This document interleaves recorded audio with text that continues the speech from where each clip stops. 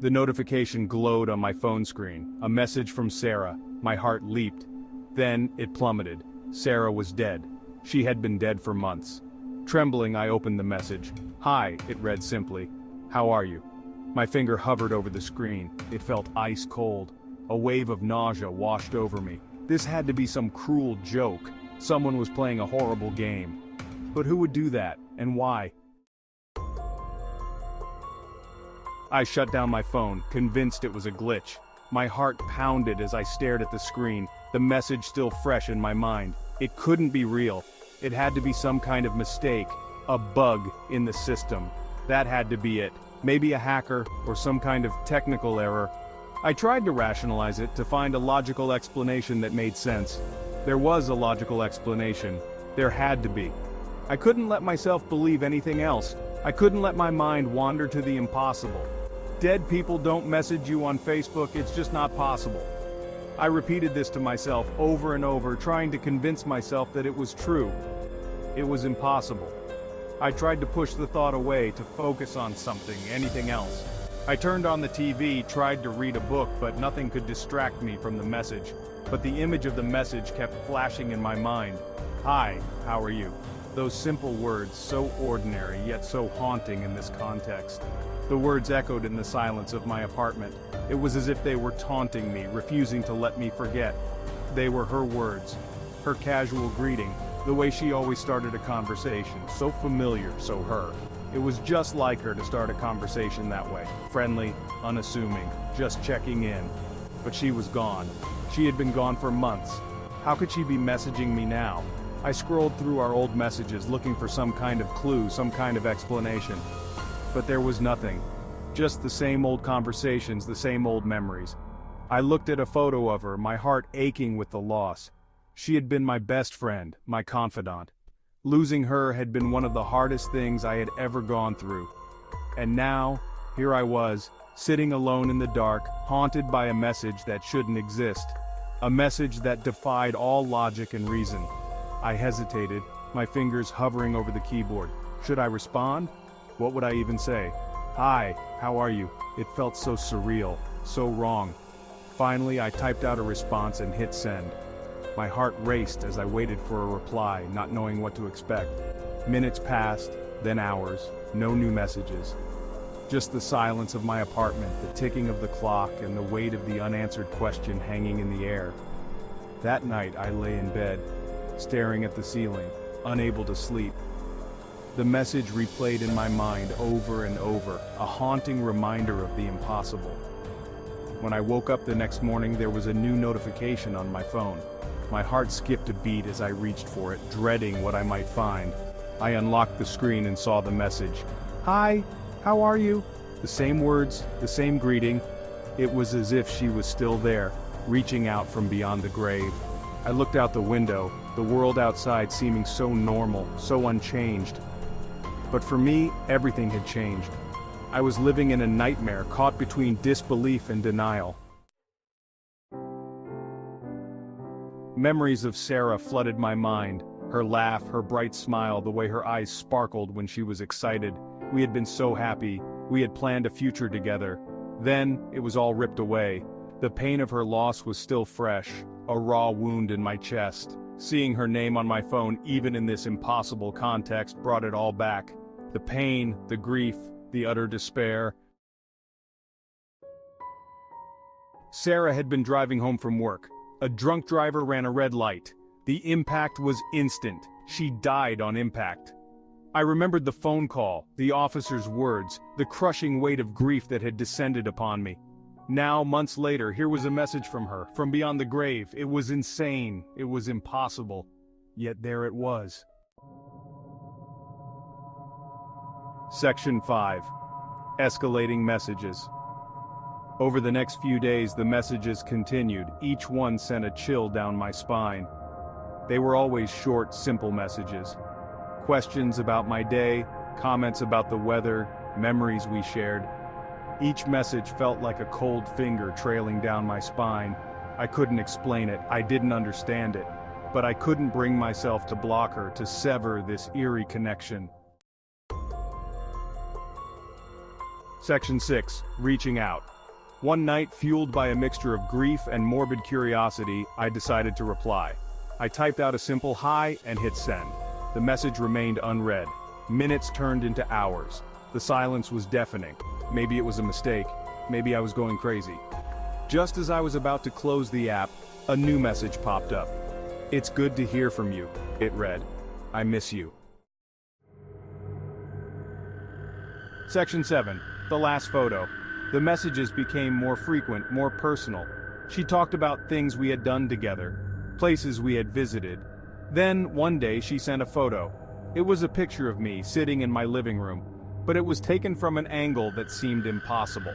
There was no way anyone could have taken that picture. No one except me was supposed to be in my apartment. Fear turned to terror. This wasn't just a prank anymore. Something was terribly wrong. Was it her spirit, trapped somehow in the digital world? Was she trying to communicate with me? Or was it something more sinister? I tried to rationalize it. Maybe someone had hacked her account. Maybe it was a cruel AI program designed to mimic her speech patterns. But deep down I knew the truth. This was Sarah, or at least some echo of her. I remember the first time I saw the message. It was late at night and I was alone in my room, the only light coming from the glow of my laptop screen. The message popped up suddenly, startling me. It was from Sarah's account, but Sarah had been gone for months. My heart raced as I read the words. They were simple yet chilling. "I'm still here." At first I thought it was a cruel joke. Someone must have gotten access to her account and was playing a sick prank on me. But as the messages continued, they became more personal, more intimate. They referenced things only Sarah and I knew. Memories we had shared, secrets we had kept. It was as if she was reaching out to me from beyond the grave. I couldn't sleep. I couldn't eat. All I could think about was Sarah and the messages.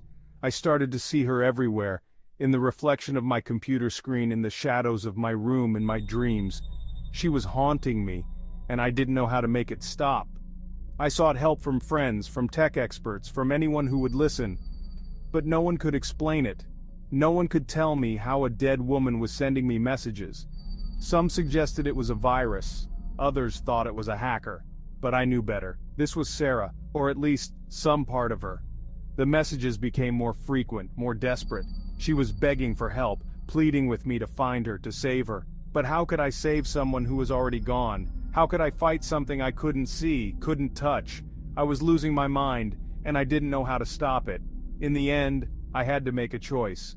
I could continue to be haunted by Sarah, or I could let her go. It was the hardest decision I ever had to make, but I knew it was the only way to find peace. So I said goodbye to Sarah, to the digital ghost that had taken over my life. And slowly, the messages stopped. The haunting ceased. But the memory of Sarah and the mystery of her digital ghost will stay with me forever. I had to know. I had to confront this. I typed out a message, my hands shaking. "Sarah, is that really you?" I asked. The reply came instantly. "Of course it's me," it read. "Who else would it be?"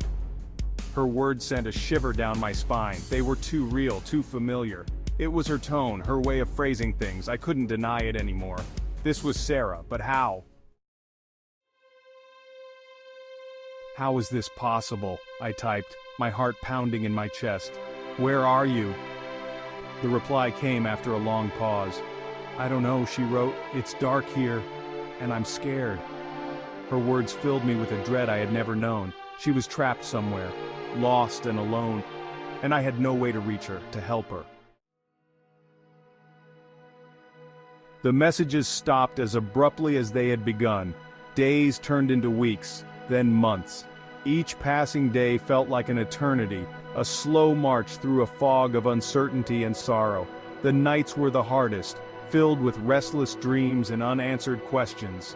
I would often find myself staring out the window, hoping for a sign, a clue, anything that could explain the sudden silence. Silence. The silence was worse than the messages. It was a deafening void that filled every corner of my existence. The house, once filled with laughter and love, now felt like a hollow shell.